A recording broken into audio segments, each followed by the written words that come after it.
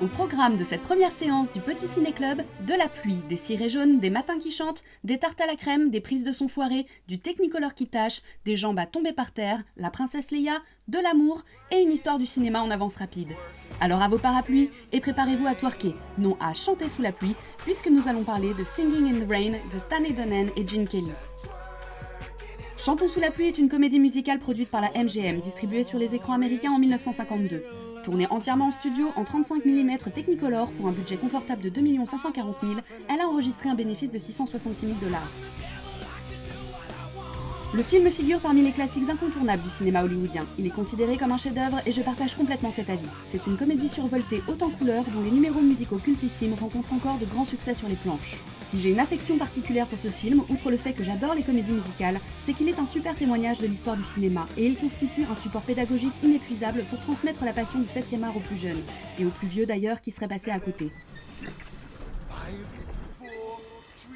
3 and a half. Yes!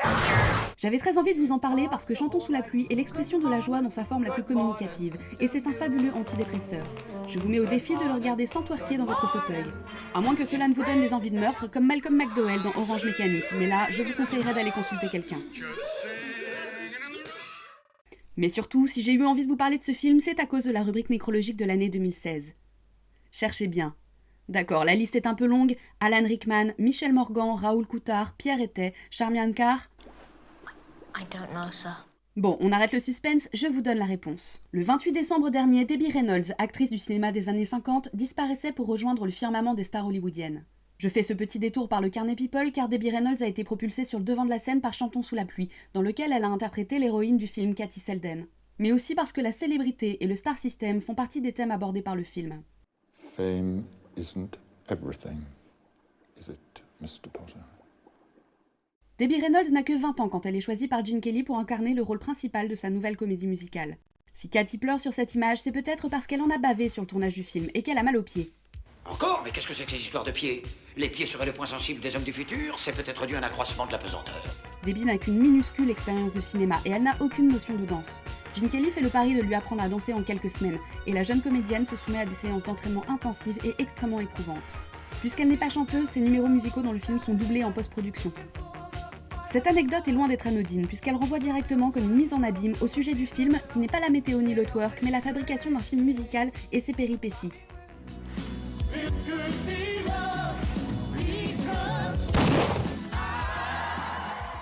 Chantons sous la pluie raconte l'histoire de Don Lockwood, acteur du grand écran dans le Hollywood des années folles. Avec la sensuelle et capricieuse Lina Lamont, ils forment à l'écran un couple super glamour qui provoque les émois hystériques du public et de la presse people. Don Lockwood est donc au sommet de sa renommée quand son train de soirée mondaine où se presse le tout Hollywood est bousculé par Katie Selden, jeune femme sur qui sa célébrité et sa vie de strass ne font aucun effet, et qui lui met, par ailleurs, un gros râteau.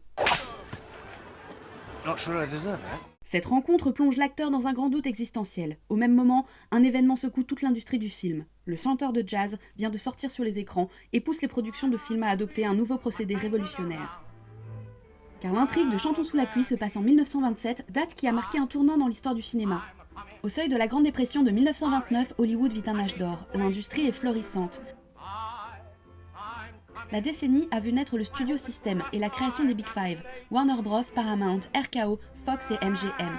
Studios qui se départagent le juteux marché de la production en se spécialisant chacun dans un genre cinématographique et en se répartissant le réseau de salles. Les superproductions sont légion, réalisées par des noms prestigieux, Cecil B. DeMille, King Vidor, Charlie Chaplin, Eric von Stroheim. Dans les salles obscures, qui sont d'ailleurs de véritables temples extravagants, et dans les salons de coiffure, on se pâme devant les vedettes super glamour et silencieuses, telles que Douglas Fairbanks, Mary Pickford, Rudolph Valentino, Gloria Swanson. She's so refined. I think I'll kill myself. Mais en 1927, la Warner présente Le Chanteur de Jazz, premier film parlant et chantant. Véritable séisme, cet événement contraint l'ensemble du système de production et de distribution à s'adapter afin de commercialiser des films sonores. La métamorphose ne s'effectue pas sans heurts, la crise de 29 est là, les budgets sont rognés et la fréquentation des salles baisse. Les nouvelles techniques de tournage transforment les films eux-mêmes et la manière de jouer. L'arrivée du sonore marque la fin des comédies burlesques, slapstick comedies, telles que celles réalisées par Buster Keaton, pour faire place aux comédies dialoguées plus distinguées qui fleuriront dans les années 30. D'ailleurs, nombre d'acteurs du cinéma muet ne passent pas l'épreuve du sonore, leur voix ou leur jeu devenus soudain désuets, et sont poussés prématurément vers la retraite.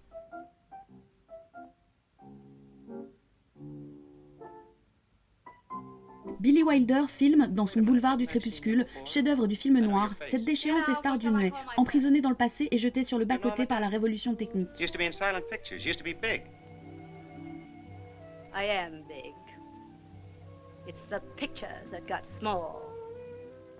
Comme une réponse en positif au film de Wilder, Chantons sous la pluie raconte cette transition du cinéma vers le parlant avec humour, en jetant un regard tendre et nostalgique sur le cinéma d'avant, et en montrant en quoi le changement est un mouvement qui nécessite, pour qu'on l'accompagne, de la créativité. All right, here we go. Quiet. Roll up. On pourrait d'ailleurs faire une analogie entre la scène pathétique de Boulevard du Crépuscule dans laquelle Norma Desmond, star du muet tombée dans l'oubli, repousse du revers de la main un micro pointé sur elle comme une menace. Et la séquence de tournage hilarante de Chantons sous la pluie où Lina Lamont est incapable de se souvenir qu'il faut parler dans le micro et fait foirer toutes les prises de son. Now the sound will run from it, through this wire, onto the record. It'll catch whatever you say. Now let's hear how it sounds, Lina. En 1952, la MGM, qui s'est spécialisée après-guerre dans la production de comédies musicales, confie la réalisation de Chantons sous la pluie à l'unité de production dirigée par Arthur Freed. Cette unité prolifique, qui a donné naissance à de grands succès tels que Le Chant du Missouri, Un jour à New York et Un Américain à Paris, est composée de Freed, producteur, Stanley Donen, réalisateur et danseur, avec lesquels collabore Gene Kelly, chorégraphe, chanteur, danseur et comédien. Producteur de revues à Broadway avant de passer au cinéma, Arthur Freed est également parolier. C'est à partir de son livret de chansons qu'il demande à Betty Comden et Adolph Green d'écrire le scénario de Chantons sous la pluie. Ce couple de scénaristes a également débuté à Broadway. Gene Kelly et Stanley Donen, liés par leur profession commune de danseurs et chorégraphes, s'attellent à la mise en scène du film. Au casting, Debbie Reynolds, que nous avons évoqué tout à l'heure, Gene Hagen, qui sera nominé pour l'Oscar du meilleur second rôle, le bondissant Donald O'Connor, qui a grandi dans le monde du cirque, la danseuse de ballet Sid Charis et ses jambes incroyables, à l'époque en résidence à la MGM, et la débutante Rita Moreno, qui obtiendra 9 ans plus tard un Oscar pour son interprétation flamboyante d'Anita dans West Side Story. Si j'insiste sur le CV de l'équipe aux commandes de Chantons sous la pluie, c'est pour souligner son ancrage dans le review show et le burlesque, à l'instar des deux personnages principaux du film, Don et Cosmo. Cette connaissance vécue du milieu du spectacle comme de celui du cinéma se ressent fortement dans l'écriture du film, et ce n'est pas par hasard que l'équipe choisit d'en faire un backstage musical, un film de coulisses, sous-genre répandu de la comédie musicale. Il est assez fréquent que les comédies musicales prennent comme décor la préparation d'un spectacle ou encore une école de danse ou un théâtre. Je pense par exemple à Banana Split de Busby Berkeley, Tous en scène de Vincente Minnelli ou encore Phantom of the Paradise de Brian De Palma.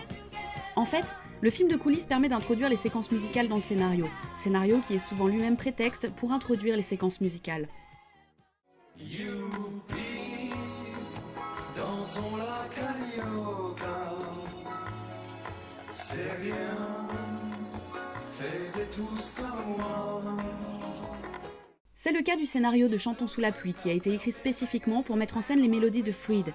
Sauf qu'à la différence d'autres comédies musicales dont les intrigues sont franchement légères, Compton et Green ont délivré un script très construit, avec des scènes empruntant des ressorts comiques variés, et surtout, ils utilisent les caractéristiques du backstage musical pour donner une dimension réflexive au film. Ouais, c'est pas faux. Je m'explique. Ce qui est raconté dans Chantons sous la pluie, c'est un film en train de se faire.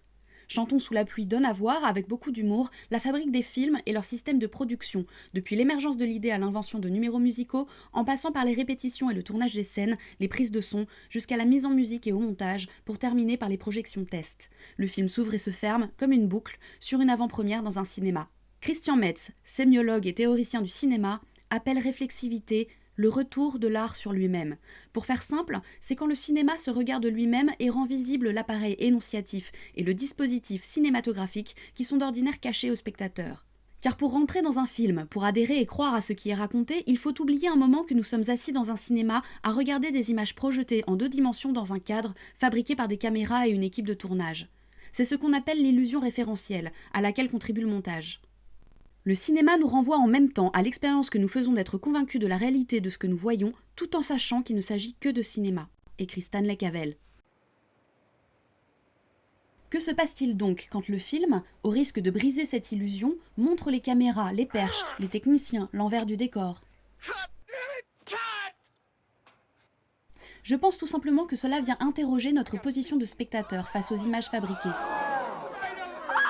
Listen, old sport, you're on the wrong side. Tom, get back here. We're in the middle of a story. Have a look around. Go on without me. We can't continue Who with are the you? story. It's Cecilia. But wait a second. Chantons sous la pluie présente donc cette réflexivité cinématographique. Au cœur du récit, la machine à rêve hollywoodienne, son mode de production et son star system sont gentiment tournés en dérision. Mais sous l'apparente désinvolture du film émergent de véritables questionnements sur le dispositif cinématographique et sur la place de l'art au sein de l'industrie du cinéma. Chantons sous la pluie, par le biais du récit de la production d'un film musical, interroge la limite entre l'illusion et le mensonge, les faux-semblants et les trucages, les rêves et les mirages, les artifices et l'art.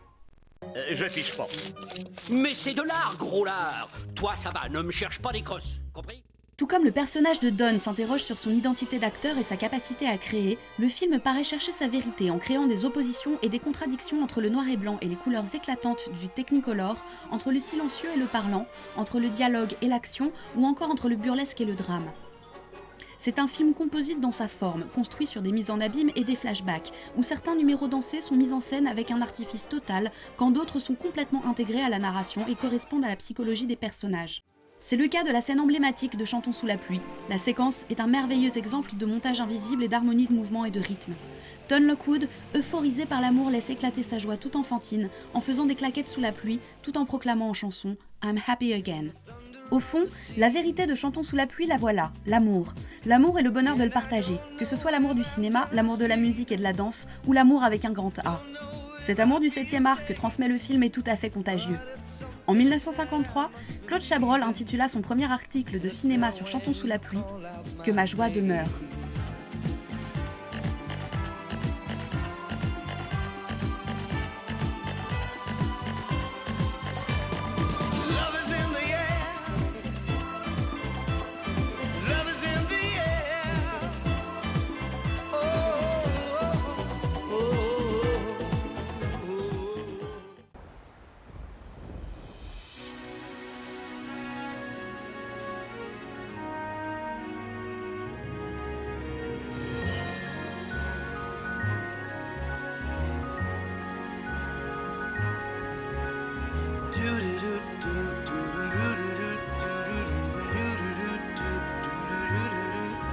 I'm twerking in the rain, just twerking in the rain.